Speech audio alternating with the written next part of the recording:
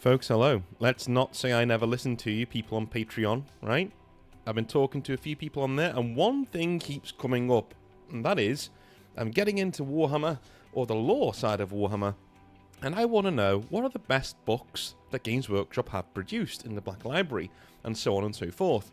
Now, I agreed to do a 10-book rundown on two conditions. The first one is that these are in no particular order, and the second one is that it's not just 40k. There will be Warhammer Fantasy Battle stuff in here as well. And at the end of the video, we're going to discuss other things you can read if you like Warhammer. So book recommendations, if you like Warhammer 40k or Fantasy Battles, there are other books out there that are better that you can go and read.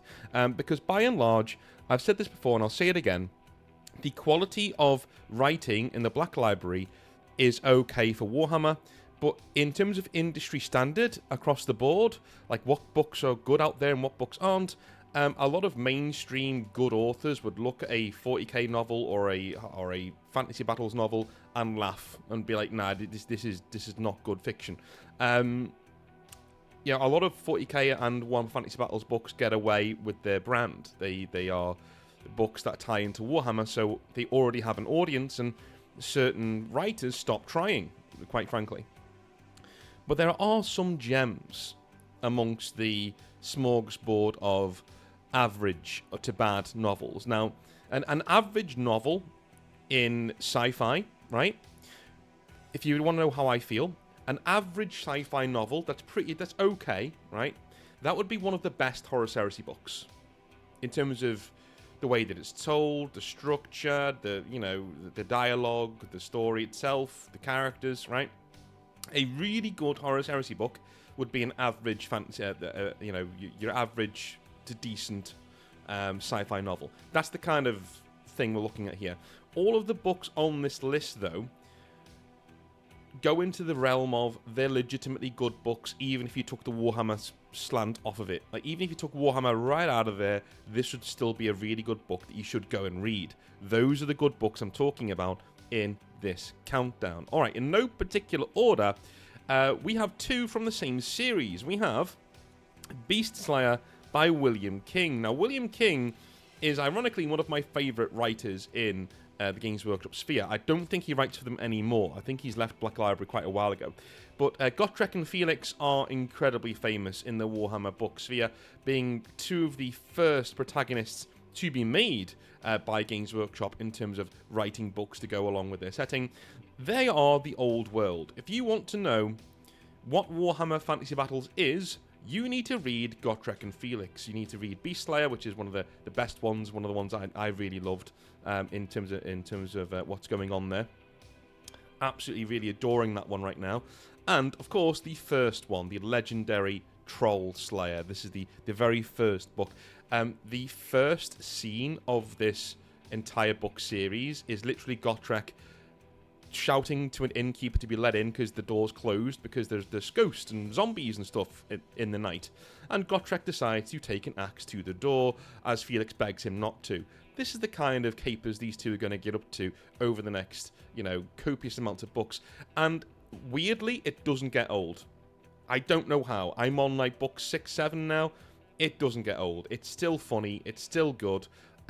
People die left, right, and centre. There are real stakes to the battles that these two get involved in. And when somebody takes a real hit in Gotrek and Felix, they're in trouble. And if they're not called Gotrek or Felix and they're in this novel, all bets are off. They might die at a moment's notice. Don't get attached to characters.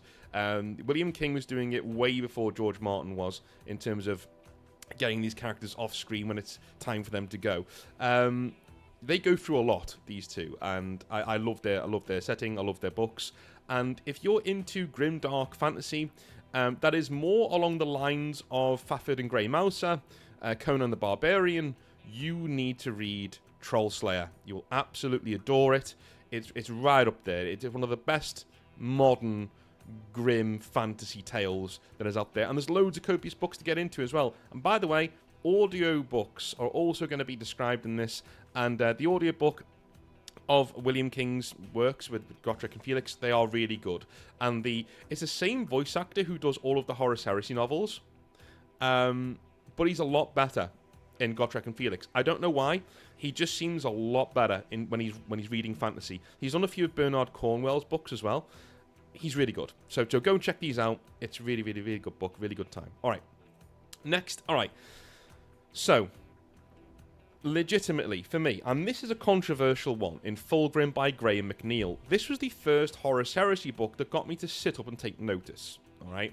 Because not only does it have one of the most complex, or at least originally complex characters, Fulgrim becomes very not complex after he becomes a demon, but before then, Fulgrim is essentially one of the best written characters in the Horus Heresy. He's many different sides. He's very easy to get along with and to sort of see his point of view, until he starts going off the deep end. Now, I wish in certain parts of the lore, he wasn't corrupted by a dildo demon sword. That would be nice, but that's not where we are. They have to stick within the lore, and this is where we are. But not only is Fulgrim a really good book of a slow, creeping descent into madness that the Emperor's children go through, but it ends with the drop site massacre, and that's something that hasn't been covered in the Horus Heresy up until this point. In fact, I don't think it's covered in as much detail beyond this. This is the book where that happens. But it also was the turning point, is the keystone around which a lot of the Horus Heresy kind of moves. Because after this point, you now realise that, they're not just going to do a novel based on the Drop Site Massacre. They're going to start folding in these events into other stories, so that you never know what you're going to get in the Horus Heresy series. That kind of sucked, as far as I'm concerned. I'd rather have a book called Drop Site Massacre, where they tell you what happened leading up to and in the Drop Site Massacre, right? Big standalone books.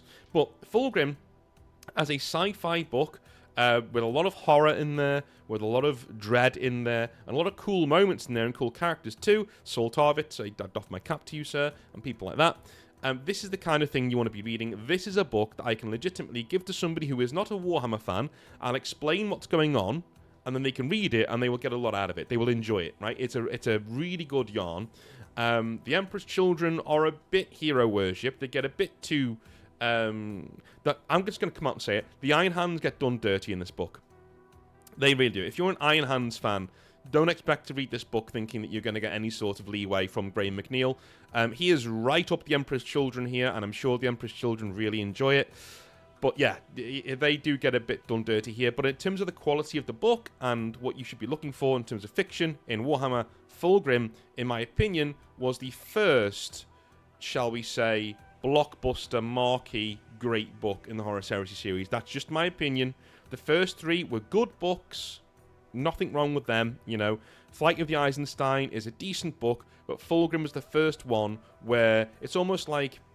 Do you know how in Mass Effect 1, people really like Mass Effect 1, but then in Mass Effect 2, EA turned up the budget, and it tells, because EA aren't quite manipulating things yet, but they've just given BioWare a load of money, and that's the result, right? The old BioWare. Well, this is the same with Fulgrim, right? This is the first book where Games Workshop have gone, do you know what?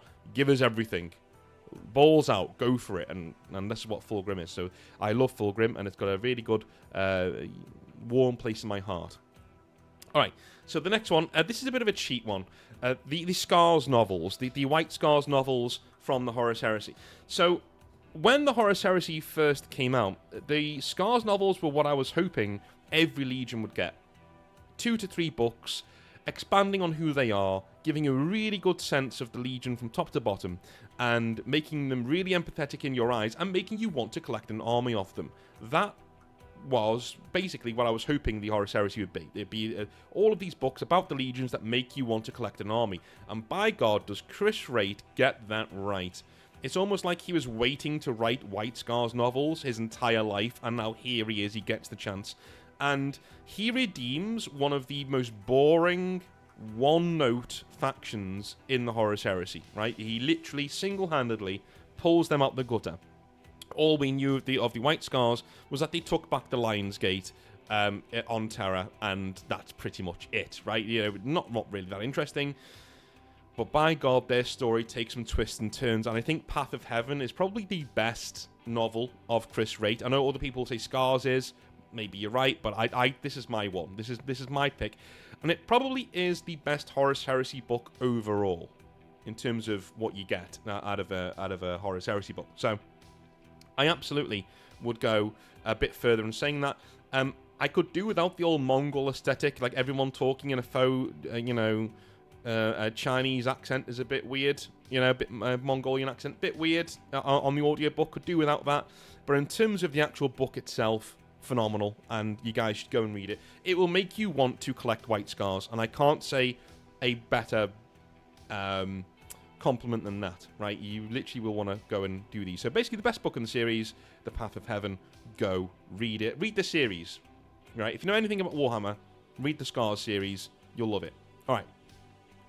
Okay, this is Dan Abnett's first big foray into the list. It likely won't be the last. Now, me and Dan Abnett have a bit of a complicated relationship because Dan Abnett is capable of writing some really good books, which is why I'm so harsh on him when he doesn't. Anybody who's read the later Horus Heresy books will know how much Dan Abnett has become a man who likes to sniff his own farts on a regular basis. He has a self-insert character in the Horus Heresy called John Grammaticus, who he just won't shut the fuck up about, and keeps putting him in all these situations where he's the smartest guy in the room, la-di-la-di-la, right? Again, he's become somebody who, if I see his name on a book, I will just sidestep it. But no, not for me. Not for me. But in terms of the original big marquee, what Gotrek and Felix are to Warhammer Fantasy Battles, Eisenhorn is to 40k, essentially. I think that's what they were going for back in the day as well. The first book in Eisenhorn's series, Xenos, is self-contained, really. It's low budget, and I mean that. For all of the good writing in there, and the way it's really interesting because it talks about the Inquisition and what Eisenhorn's going through and stuff. Not a lot really happens, They go through a few things, and but it's pretty low stakes in the one sector. He's not dealing with galaxy-defining things, but it is a spy thriller. There are some really cool bits where he's infiltrating a mansion and he's on the outside in a body glove sticking to the wall like Spider-Man. There's a lot of really cool spy stuff in Eisenhorn that you can really get your teeth into. If you like the Inquisition and you like spy novels and you like 40k, you've got to go and read the Eisenhorn Omnibus, the first 3 books. They're all as one now, which is great. We get a lot of quality of life improvements these days. Dan Abnett himself goes off the rails towards the noughties, in my opinion, with his writing style, and he starts to think that he's the 40k guy, so he can do whatever he wants, and he starts throwing in self-insert and things. Eisenhorn was a book that was written when this guy was still hungry and going after it, and he loved 40k. And this is one of the books that you need to read. It's not an if, it's a have to. You have to read it. There is a reason why the big rumours around the Amazon TV series are covering Eisenhorn. That Henry Cavill wants to cover Eisenhorn. Whilst I applaud that decision, I also hope they keep Dan Abnett as far away from it as possible so we don't get any John Grammaticus self-inserts popping up out of nowhere, but there we go. Alright. Speaking of legitimately good books, despite them being a Horus Heresy novel, The First Heretic. If your novel can make me sympathise with Lorgar, it's a bloody good novel. Aaron Dembski-Bowden is unironically a very good writer. This is a guy who can write his ass off. His prose is really good. His descriptions are really good. His dialogue's very good. It can be quite funny, out of turn sometimes. This is not going to be his last entry on this list because he's simply a very, very good writer. ADB is one of those writers that I could imagine will probably do well writing normal sci-fi one day. I did think that about Dan Abnett way back in the day. I no longer do.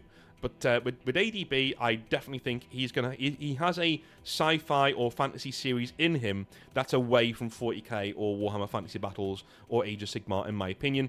The First Heretic is the Word Bearers, and it was so, so needed. The Word Bearers were just mustache-twirling villains for a long time. If you want to read a book for one scene in particular, you need to read this for the Emperor chastising the Word Bearers and ripping Lorgar's faith away from him.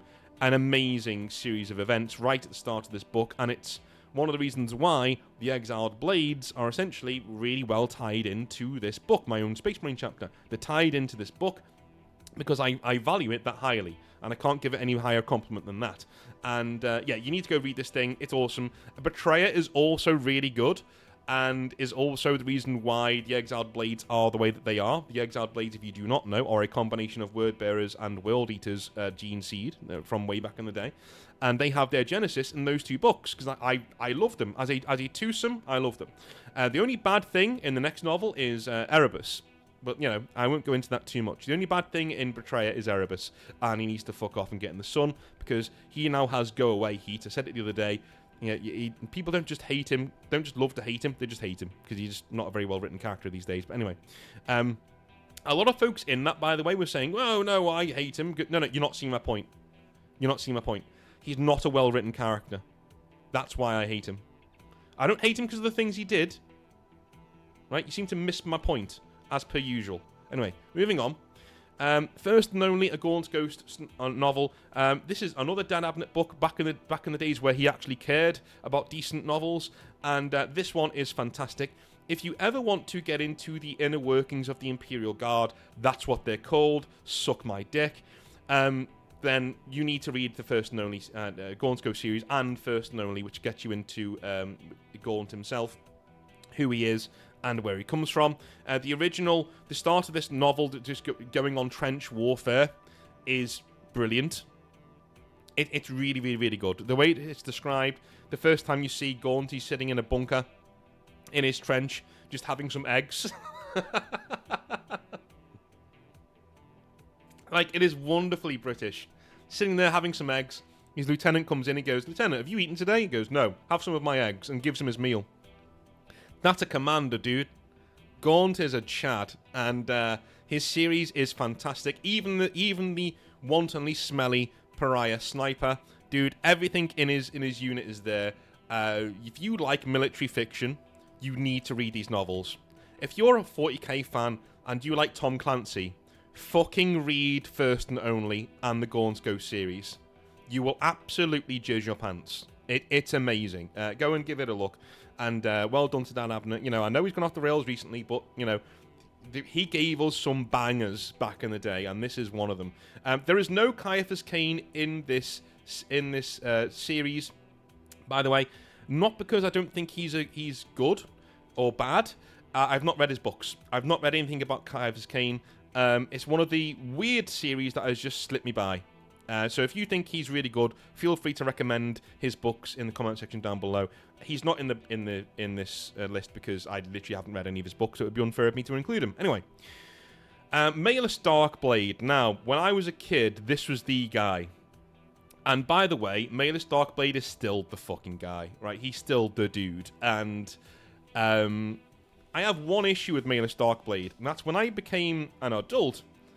And when I grew up, I realised when I read a bit of Elric of Melniboné that Malus isn't particularly original as a character. And when I say he's not original, I mean he's ripped wholesale from Moorcock's writing. Literally, it's Elric. It's Elric with black hair in Warhammer Fantasy. That's what Malus Darkblade is. I'm sorry. He has a demon sword that wants to take over him. He has to take magical potions to stave off being killed. He is or going mad. He is a bad guy doing sometimes good things. A really interesting character. He's very elf-like. Dude, he's literally Elric. Shut up. He's Elric, right? The same way that Fulgrim is Griffith. We will get into that a bit later on when I go into my recommendations. But for all those things, Malus Darkblade's books are still very good. They are very complex in terms of how he deals with things. You never quite know what you're going to get from Malus, which is what I really like about him. And that's beyond even the demonic side of him, right? Beyond even that. You never really know what you're going to get from him, even when he's acting normally. You know, he could choose to help out a load of orphans, or he could choose to burn it to the ground because it's in his way. We don't know. And it's not quite as bipolar as I'm making it out to be. It's really well written, is what I'm saying, okay? Again, the times when Dan Abnett was actually trying, along with Mike Lee there, who's also a really good writer, at least in terms of Malus Darkblade. I love Malus Darkblade. If you want some fun and some grim dark, and you want to lean towards dark elfiness, as in being a bit evil, and also exploring dark elf culture, which gets written off as evil pirates every now and again, go and read this. Also, the arcs. Oh yes, the arcs from these books. Go and read them. They are awesome. Right. Alrighty, a big hitter one of the biggest hitters, actually. One of the most celebrated trilogies there has been in the past 15, 20 years, and that is the Night Lords Omnibus by Aaron Dembski Bowden. I told you he wouldn't be on this list only once. This is the Chaos Warband book series, right? If you can get the Omnibus, get it. Also, it is read on Audible by, what is his name? I'm going to figure out what his name is, because he was in Baldur's Gate 3. Devil, voice, actor, Baldur's. There we go. His name was Andrew Wincott. That's him, Andrew Wincott. So Andrew Wincott is an incredibly talented voice actor. He has, I think he did the Dragonbone Chair as well, by Tad Williams. He read that. He's phenomenal. And his voice, I don't know who cast Andrew Wincott for a Night Lords Omnibus, but I want to kiss your hand. Like, you are the smartest person on planet Earth. His voice is Night Lords. That's what they sound like. It's like, do you know when people try and do the White Scars? And, you know, imagine how bad that is, and turn on its head of how good it could be. That's what Andrew Wincott is to the Night Lords. You have not read the Night Lords Omnibus until you've listened to them. I read them, and then I listened to them. I'm telling you now, you've not read these books until you've listened to them. Phenomenal. Right? The Night Lords themselves get a lot of depth in these books, but it's not one of those where Aaron Dembski, ADB doesn't try and say, oh, they're misunderstood. No, they're not. They're assholes. They're awful. They're awful. They are absolutely awful. But they're fucking cool as well. You know, that kind of thing. That he doesn't try to... One of the things I hate these days is when you try and make the villain understandable or sympathetic. ADB doesn't do that. He leans into the Night Lord. This is what they are. They are cowardly. They are... You know, they only get into fights where they've got overwhelming numbers, and the guys who do want to duel amongst them, everybody looks at them like they're fucking idiots. What are you doing, right? The fact that this never got a sequel, and we never got to see what Decimus gets up to, is a fucking crime. These are probably the greatest Space Marine books ever written. And I'm not a Chaos player. I'm not a Chaos player. I don't collect Night Lords. But these are the best Space Marine books ever put to pen. Pen on paper, the best, in my opinion. You need to go and read these and listen to them. ADB made his career with this book series, and quite rightly so as well. Alright. The last is out of left field. It's Pandorax. So I read this back in the day, and I like Dark Angels, and I like Grey Knights, as you all know. And this is more of a personal one to me, because all of my favourite things are in this book. This book could be not very good, and all of my favourite things would still be in it, right? The Dark Angels are in it. When I say the Dark Angels are in it, the Dark Angels are in it. I'm talking the Deathwing and Azrael. Like, they're in this. They're one of the main players. Abaddon's here, right? Demon Princes are here. The Black Legion's here. The Katachan Regiment is here. That's the main regiment in this novel, is the Katachan Regiment. Oh, yes. It's on a jungle planet with lots of chaos artifacts on it. That are you know, people dying left, right, and centre. The Inquisition are here as well. You know. Who else is here? Obviously, the Grey Knights are here, along with one Grey Knight from back in the day who is on this planet. When you meet this guy, he's got a bolter. I've said this before. He's got a bolt pistol. And I was thinking, dude, no, Grey Knights don't have bolt pistols. They have storm bolters on their wrists. And then it said, oh, no, this is a Grey Knight from literally when they were founded. He's been frozen in time. And I was like, oh, that's so clever, because they wouldn't have storm bolters back then. That's so clever. And so CZ Dunn has really, really done his homework and gone to town here. And of course, the man himself is in this book. Kaldor fucking Drago is in this book. He is the main Grey Knight commander, and he is kicking ass in this book. It is a phenomenal... all of the The interactions between the characters as well are really good, really dour and funny. We get to see a lot of Imperial Guard Regiment armor going up against it, like your Leman Russ battle tanks, your Valkyries, all that sort of stuff. There's none of this TM stuff, like the Land Raider trademark. None of that is in here. It's literally done just going hell for leather and telling a really good yarn about this thing that Abaddon's trying to get done, and how he even how he deals with his subordinates. It goes into a lot of depth in this book. Don't sleep on Pandorax. It's not a very well-known book, but it should be. All the big hitters are here. I really do congratulate CZ Dunn for having the balls to say, no. In my book, I'm not going to create my own characters. I'm going to use the characters. They're all going to be on this planet, and they're all going to fight. Right? They're all going to fight. The one big drawback I can see of this is that sometimes when these characters are on screen, some of the jeopardy is pulled away because you know none of them are going to die. Right? You know Adriel's not dying. You know Drago's not dying. Abaddon's not dying. Right? But everybody else who you really do get to like in this book is fair game. And they die in droves. It's a really good book. If you like battle series and campaigns from different perspectives, go and read Pandorax. And the audiobook's also really, really good. All right. So, I think we're getting into our mentions of books that if you like 40k, you should go and read. And of course, we're starting with the A1 thing you should read if you like 40k, and that is Frank Herbert's Dune. I'm not that big on the rest of this series. I think it's okay, but the original Dune novel is a classic. It is absolutely brilliant. When Frank Herbert wasn't eating too many shrooms, this was a fantastic book. A really, really good book. Most of the ideas of the Imperium, the God Emperor, how it works, feudalism in space, things like that, all of those things come from this book, lifted almost entirely from Dune. 40k is not a series or a setting that is original in any way. It is basically a lot of ideas pulled from other mediums that have a slather of British feudalism over the top of it. And you know, Margaret Thatcherism, you know, anti-Margaret Thatcher sentiment from back in the day, all slapped into a 40k setting.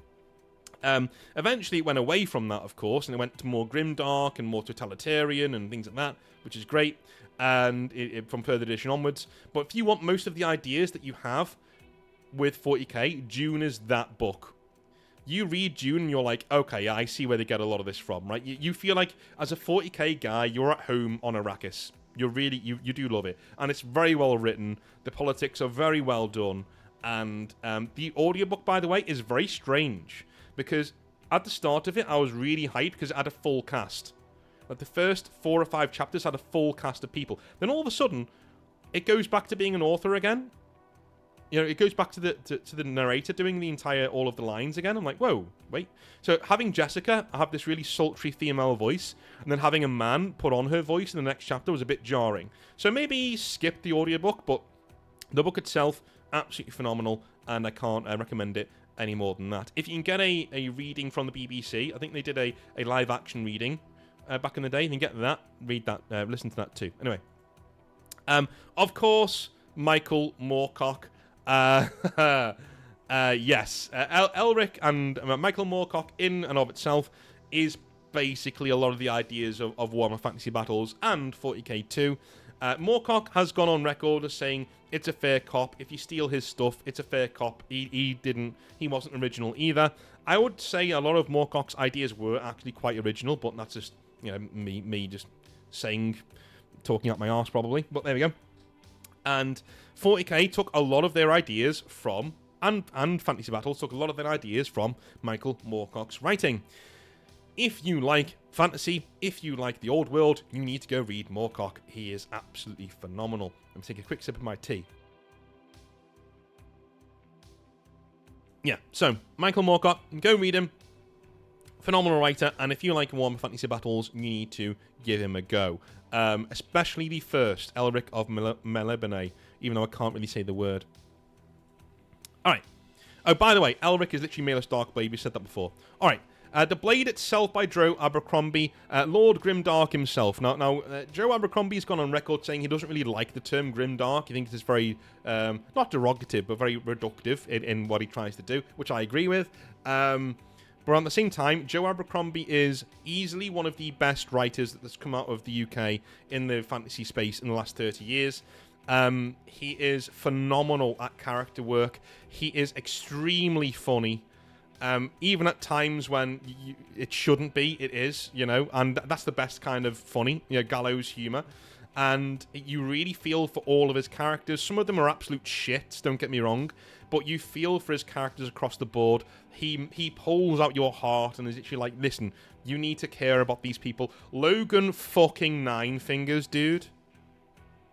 There is a reason in Warhammer Fantasy Battles there is literally an orc named Logan Nine Fingers. Literally, right? There are lots of references to the blade itself in Warhammer Total War, Warhammer 3 Total War. Lots of different references because they are paying homage to a new grimdark voice. If you like Warhammer Fantasy Battles, the blade itself is set in a world that is essentially Warhammer Fantasy Battles that is more dark fantasy, more realistic. You take away the orcs and goblins and things, you make it more Game of Thronesy. I'd hate to say that because I'm not a big fan of Game of Thrones because it just, But like, the blade itself is literally more history, more leaning into actual fantasy world building without the fantastical elements. And as an empire that is very much like the empire in Warhammer Fantasy Battles, it has an Inquisition that acts very much like the one in Warhammer Fantasy Battles. You know what I'm saying? I don't know if Joe Abercrombie has ever played Warhammer Fantasy Battles or if he's aware of it, or whether these tropes are just universal in certain book series and the way that you write European medieval history. This isn't history, by the way, it is fantasy. But if you like Warhammer Fantasy Battles, if you like Warhammer, you have to read The Blade itself at least. It is phenomenal, it is great, and also, Stephen Pacey, the narrator on the audiobook, if you do get around to listening to that, is brilliant. Probably the best reader of a book on Audible, and that's saying a lot, right? He is extremely good. And last but not least, Berserk. And we're going to get to what, Games Workshop like to say that their setting is wholly original, their writing is wholly original. They're lying. They're lying. That's not true. That's categorically not true. Berserk is actually... a lot of the ideas from Berserk are taken and shoved into 40k wholesale, i.e. Griffith being literally Fulgrim. And I mean literally. Absolutely literally. Even his story arc similar, okay? Slan is one of the main, the goddess of debauchery, right? And sex and all that. Yeah, remind you of anybody? So yeah, a lot of the ideas of Berserk are ripped wholesale and thrown into 40k. But if you do like 40k, imagine some 40k characters being a part of a dark fantasy universe. Everybody should read Berserk at least once. It is one of the greatest stories ever told by human beings in general. And fight me in the street. I'm serious.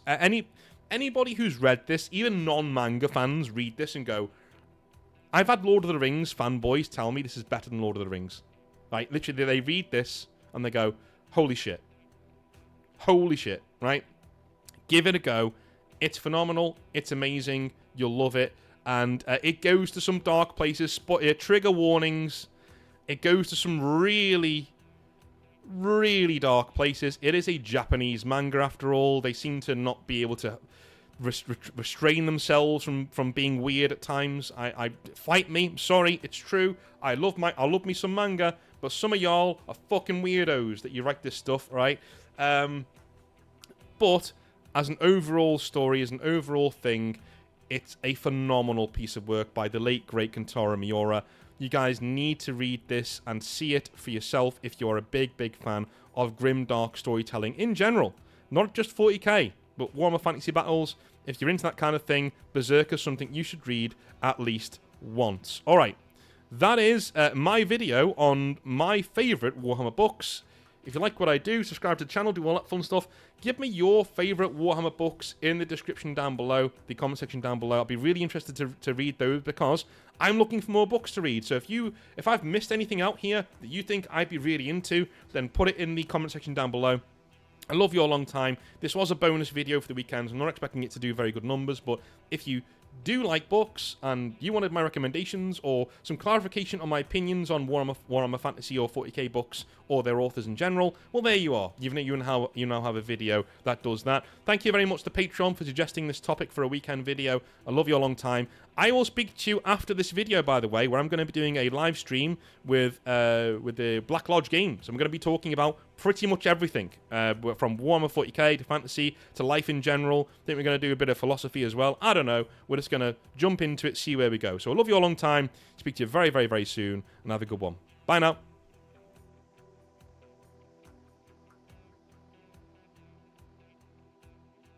We're not doing Cyberpunk. Sorry, I clicked the wrong button. Oh, we are doing Cyberpunk next weekend, though. Next Sunday. Stick around for that. All right, bye. I am going now. Bye-bye. Bye-bye.